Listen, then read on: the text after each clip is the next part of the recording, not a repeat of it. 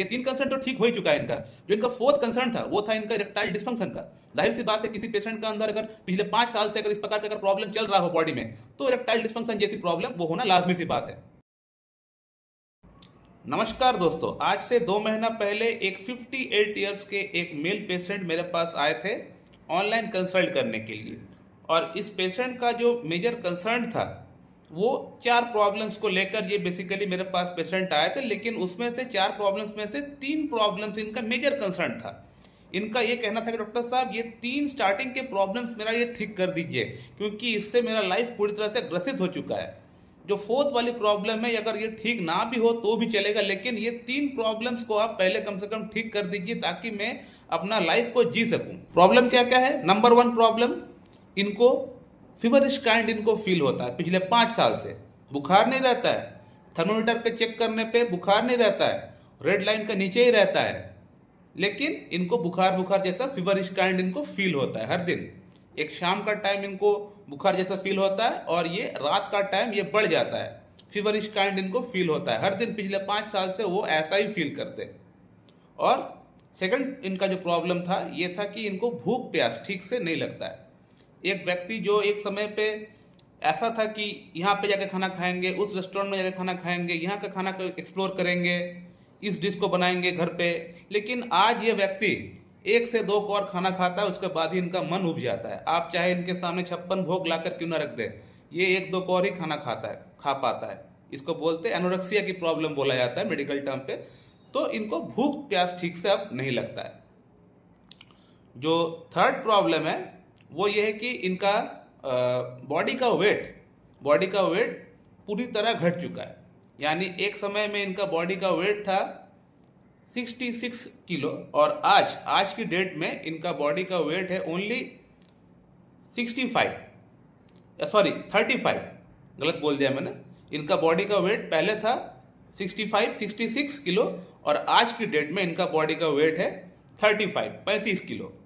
यानी ऑलमोस्ट हम लोग बोल सकते हैं कि आधा इनका बॉडी का वेट घट चुका है पिछले 5 साल में। तो इस प्रॉब्लम के लिए इन्होंने काफ़ी ज़्यादा टेस्ट वगैरह ट्रीटमेंट वगैरह किया हुआ है। बड़े बड़े MBBS डॉक्टर के पास जाके इन्होंने ट्रीटमेंट किया हुआ है।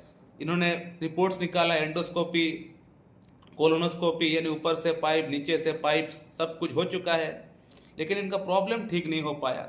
ब्लड टेस्ट बहुत कुछ हुआ है, TB का टेस्ट भी हो चुका है लेकिन वो नेगेटिव आया है, लेकिन इनका प्रॉब्लम ठीक नहीं हो पाया अल्टीमेटली। अब ये पेशेंट मेरे पास बहुत बड़ी आशा लेकर आया हुआ है। इनका किसी फ्रेंड ने, इनका किसी कलीग ने इनको मेरा नंबर देके कहा कि आप इनसे जाके एक बार बात करो, मिल लो, हो सकता है कि आपका प्रॉब्लम इनका ट्रीटमेंट से समाधान हो जाए। तो इस पेशेंट का ट्रीटमेंट मेरे पास आने से पहले बेसिकली इनका जो मैं प्रिस्क्रिप्शन देखा कि MBBS डॉक्टर के पास से ही चला हुआ है। 1-2 होम्योपैथिक डॉक्टर चला हुआ है, लेकिन मोस्ट प्रोबेबली जो बड़े बड़े जो MBBS डॉक्टर्स है वहीं से ही इनका ट्रीटमेंट चला हुआ है। लेकिन दुख की बात है, जो बड़े बड़े सो कॉल्ड जो MBBS डॉक्टर्स भी है वो लोग भी इनका प्रॉब्लम को डायग्नोस नहीं कर पाए, समझ नहीं पाए। सिर्फ इतना कर पाए कि मैं सस्पेक्ट कर रहा हूँ, हो सकता है कि पेशेंट को TB है, ये देखकर वो क्वेश्चन मार्क किए और रिपोर्ट भी किए हैं। IGRA का इन्होंने रिपोर्ट किया है, ELISA रिपोर्ट किया हुआ है, स्पुटम का इन्होंने रिपोर्ट निकाला है, लेकिन नेगेटिव आया है, TB इनको नहीं आया है। लेकिन मैं छाती ठोक कर बोल सकता हूँ कि इस पेशेंट को TB ही है, ट्यूबरकुलोसिस ही है। और ट्यूबरकुलोसिस हो सकता है, इंटेस्टाइन का ट्यूबरकुलोसिस हो सकता है या फिर स्टमक का हो सकता है, लेकिन इस पेशेंट को TB है ये मैं छाती ठोक कर बोल सकता हूँ, क्योंकि मैंने प्रैक्टिस ऑफ मेडिसिन जो किताब है, जो एलाइड सब्जेक्ट्स है, वो मैंने पढ़ा हुआ है। लेकिन अगर TB है तो फिर रिपोर्ट में TB डायग्नोस क्यों नहीं हुआ? ऐसा कैसे हो सकता है कि आप बोल रहे हो TB है लेकिन रिपोर्ट तो पेशेंट ने किया हुआ है, वहाँ पे तो TB डायग्नोस नहीं हुआ? ये आप इतना कॉन्फिडेंटली कैसे बोल सकते हो कि TB है पेशेंट को, जहाँ पेशेंट का जो रिपोर्ट्स आया है TB का वो तो नेगेटिव है? तो मैं इसलिए बोल पा रहा हूँ क्योंकि जो इनका TB है वो डायनामिक लेवल पे है, यानी वो अभी तक वो जस्ट अभी ऊपरी सतह पे है, यानी वो डीप इनटू द लेवल पे अभी तक नहीं आया हुआ है। यानी जस्ट 5 इयर्स हुआ है। कुछ पेशेंट का अंदर इतना जल्दी वो पेनिट्रेट नहीं करती है, समय लगाती है, जस्ट वो अभी ऊपरी सतह पे है, वो इसीलिए रिपोर्ट कराने पे वो आपको डायग्नोस नहीं हो पाएगा। लेकिन जो सिम्टम्स इंडिकेट कर रहे हैं पेशेंट का अंदर, शाम का टाइम, रात का टाइम, फीवरिश काइंड फील, बुखार बुखार जैसा फील, चिल्स के साथ बुखार जैसा फील होना, भूख प्यास ठीक से ना लगना और वेट का डिटोरिएशन होना, ये 3 सिम्टम्स ही होता है टीबी के लिए। और ये तीनों के तीनों सिम्टम्स ही इस पेशेंट का अंदर मौजूद है। और जिस एंगल को सोचकर, क्योंकि मैंने तो ये सोचा है कि पेशेंट के अंदर टीबी है, और उसी एंगल को सोचकर पेशेंट को मैं मेडिसिन भी दिया हूँ, बैसिलिनम दिया हूँ, और उस मेडिसिन को देने से पेशेंट का अंदर इंप्रूवमेंट भी हो चुका है। ये आप लोग देख सकते हैं पेशेंट का स्क्रीनशॉट। पेशेंट ने मुझे बताया, डॉक्टर साहब मेरा वेट में इंप्रूवमेंट हो चुका है, 7 किलो मेरा वेट बढ़ चुका है, मेरा भूख प्यास बढ़ चुका है, मुझे अच्छा फील हो रहा है अभी, और जो मुझे बुखार जैसा फील होता था, फीवरिश काइंड जो मैं फील करता था, जो मुझे कपकपी आता था, वो भी अब नहीं आ रहा है। तो इन सभी सिम्टम्स के अंदर इंप्रूवमेंट हो चुका है। That means it shows that इस पेशेंट का अंदर टीबी था, लेकिन टीबी डायनामिक लेवल पे था, यानी ऊपरी सतह पे था। इसीलिए टेस्ट तो किया हुआ है, लेकिन टेस्ट में ये डायग्नोस नहीं हो पाया है। इसीलिए डायग्नोस नहीं हो पाया क्योंकि अभी टीबी का जो बैक्टीरिया है वो ऊपरी सतह पे है, वो अभी तक डीप इनटू द लेवल में नहीं आया है। कुछ कुछ पेशेंट का अंदर TB deep into the level में आने में समय लगाती है, वक्त लगाती है, और जब तक आपका वो डीप इनटू द लेवल में नहीं आता है तब तक आप IgRA टेस्ट कर लीजिए, स्पूटम टेस्ट कर लीजिए, या फिर आपका एलिजा टेस्ट कर लीजिए, वो वहां पे डायग्नोस नहीं हो पाएगा, वो दिखाएगी नहीं। लेकिन अगर आपका अंदर प्रैक्टिस ऑफ मेडिसिन की नॉलेज है, अगर आपका अंदर एनाटॉमी फिजियोलॉजी की अगर नॉलेज है, अगर आपने एलाइड सब्जेक्ट पढ़ा हुआ है, गायनिक पढ़ा हुआ है, अगर आपने ऑब्स्ट्रक्टिव पढ़ा हुआ है, अगर आपने सर्जरी पढ़ा हुआ है, अगर आपने एलाइड सब्जेक्ट अगर ठीक से पढ़ा हुआ है, तब फिर आप इन कंडीशंस को आप पकड़ पाएंगे। जैसे कि एलोपैथिक फिजिशियन ने सस्पेक्ट तो किया है, लेकिन कंफर्मली वो बोल नहीं पा रहे क्योंकि उनका हाथ में कुछ भी नहीं। जब तक रिपोर्ट में पॉक्स बैसिलस करके लिखा हुआ नहीं आ जाता है, तब तक वो लोग एंटी ट्यूबरकुलर ट्रीटमेंट नहीं कर पाएंगे।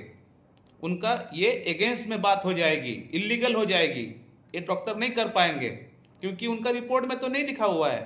जब तक रिपोर्ट में लिखा हुआ नहीं आता है पॉक्स बैसिलस, तब तक वो लोग ट्रीटमेंट नहीं कर पाएंगे, उनका हाथ पैर बंधा हुआ है। लेकिन हम लोग मेडिसिन दे सकते हैं। एटलीस्ट इन चंगलों में हम होम्योपैथ्स को नहीं पढ़ना पड़ता है। अगर पेशेंट का सिम्टम्स मैच हुआ तो हम लोग वो दवा पेशेंट को दे सकते हैं, कोई रोक टोक नहीं है। हम लोग इस बात से तो एटलीस्ट खुशनसीब है। तो इस पेशेंट को मैं आज से 2 महीना पहले बैसिलिनम प्रिस्क्रिप्शन किया था, bacillinum in LM potency 0/1, 2, 3, 4। Tuberculinum and bacillinum both are almost same medicine. जो आपके पास है, जो आपको देने का मन होता है वो आप दे सकते हैं। लेकिन मैं जिस कंपनी का मेडिसिन इस्तेमाल करता हूँ वो ट्यूबरकुलिनम को एलम पोटेंसी में बनाती नहीं है, नहीं तो ट्यूबरकुलिनम ही पेशेंट को मैं देता, लेकिन ट्यूबरकुलिनम मेरे पास नहीं है क्योंकि उस एलम पोटेंसी में वो कंपनी बनाती नहीं है, तो बैसिलिनम बनाती है वो कंपनी। तो बैसिलिनम पेशेंट को मैं दिया हूँ। तो बैसिलिनम से पेशेंट का अंदर कितना अच्छा इंप्रूवमेंट हो चुका है ये आप देख सकते हैं कि पेशेंट का 7 किलो वेट बढ़ चुका है, खाने पीने का भूख प्यास जो है वो बढ़ चुका है, और इनका जो बुखार बुखार जैसा इनको फील होता था, जो फीवरिश काइंड इनको जो फील होता था, वो अब बिल्कुल भी नहीं होता है। इसके अलावा जो पेशेंट का जो 4th प्रॉब्लम था, जिस प्रॉब्लम के बारे में मैं आप लोगों को बोल रहा था कि ये पेशेंट ने बताया कि अगर ये प्रॉब्लम अगर ठीक ना भी हो तो भी चलेगा, लेकिन मेरा ये 3 कंसर्न ठीक कर दीजिए। ये 3 कंसर्न तो ठीक हो ही चुका है इनका। जो इनका 4th कंसर्न था वो था इनका इरेक्टाइल डिस्फंक्शन का।